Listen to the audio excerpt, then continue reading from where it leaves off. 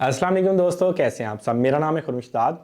आज की इस वीडियो के अंदर हम सीखेंगे कैसे हम एक डेटाबेस को PHP माई एडमिन के थ्रू इंपोर्ट कर सकते हैं और उसी डेटाबेस को हम एक्सपोर्ट भी कर सकते हैं।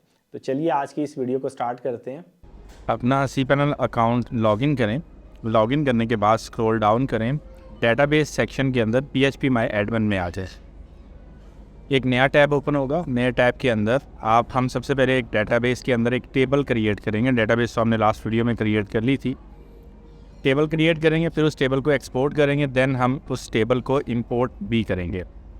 तो ये डेटाबेस है जिसको हमने बनाया था, इसको हमने सेलेक्ट किया। इसके अंदर हम एक नया टेबल बनाना चाह रहे हैं, टेबल अंडरस्कोर टेस्ट। इस टेबल के अंदर दो कॉलम होंगे, एक आईडी और एक नेम के नाम से। गो पे क्लिक करते हैं।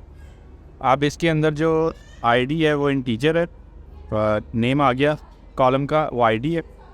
इंटीजर उसकी टाइप है, लेंथ मैक्सिमम 11, और ये ऑटो और इसके ऊपर ऑटो इंक्रीमेंट है, और इसके ऊपर हम प्राइमरी की भी लगा रहे हैं, इसको गो कर रहे हैं। सेकंड है हमारे पास नेम, जो कि टेक्स्ट फॉर्मेट में होता है। इसकी टाइप हम करेंगे वाचा। मैक्सिमम लेंथ इसके अंदर 50 करैक्टर होने चाहिए, और नल ये खाली भी हो सकती है। जहाँ पे प्राइमरी की लगाते हैं उसको खाली नहीं छोड़ सकते, क्योंकि वो डुप्लीकेट एंट्री में आ सकती है। तो हम इसको सेव करेंगे। ये टेबल हमारा क्रिएट हो गया है। ये हमारी डेटाबेस है, इस डेटाबेस के अंदर ये टेबल आ गया। अब हम इस टेबल को एक्सपोर्ट करेंगे। एक्सपोर्ट करने के लिए हम एक्सपोर्ट पे क्लिक करेंगे। बाय डिफ़ॉल्ट में हमारी पूरे सारे के सारे टेबल सिलेक्टेड होते हैं, और हम गो पे क्लिक कर देंगे। ये फ़ाइल हमारी डाउनलोड हो गई है। अब हम इस टेबल को डिलीट करते हैं। मैं स्ट्रक्चर पे आया, यहाँ पे ये डेटाबेस आ गई, चेक ऑल पे क्लिक किया, और हम इसको कर रहे हैं जी ड्रॉप।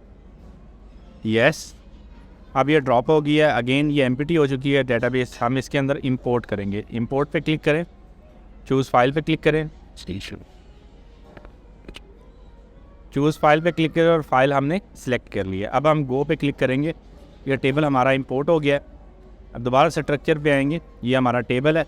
इस टेबल के अंदर हम यहाँ से रिकॉर्ड भी इंसर्ट कर सकते हैं। फॉर एग्जांपल मैं यहाँ पे लिख रहा हूँ खुर्रम शहजाद। आपको आईडी लिखने की ज़रूरत नहीं है, क्योंकि हमने इसका जो टेबल जनरेट किया था उसके ऊपर ऑटो इंक्रीमेंट लगाया था। तो गो पे क्लिक करें, इसकी आईडी बाय डिफ़ॉल्ट ऑटोमेटिकली 1 आ जाएगी। अगर हम इस टेबल को ब्राउज़ करते हैं तो इसकी आईडी ऑटोमेटिक इंसर्ट होगी, नाम जो हमने इंटर किया था। दोबारा देखें, ये हमारी डेटाबेस है, इसके अंदर ये टेबल है। टेबल पे क्लिक करेंगे तो इसका रिकॉर्ड शो हो जाएगा। आज के लिए इतना ही। नेक्स्ट वीडियो में इंशाल्लाह दोबारा मुलाकात होगी। तब तक के लिए अपना ख्याल रखें। अल्लाह हाफ़िज़।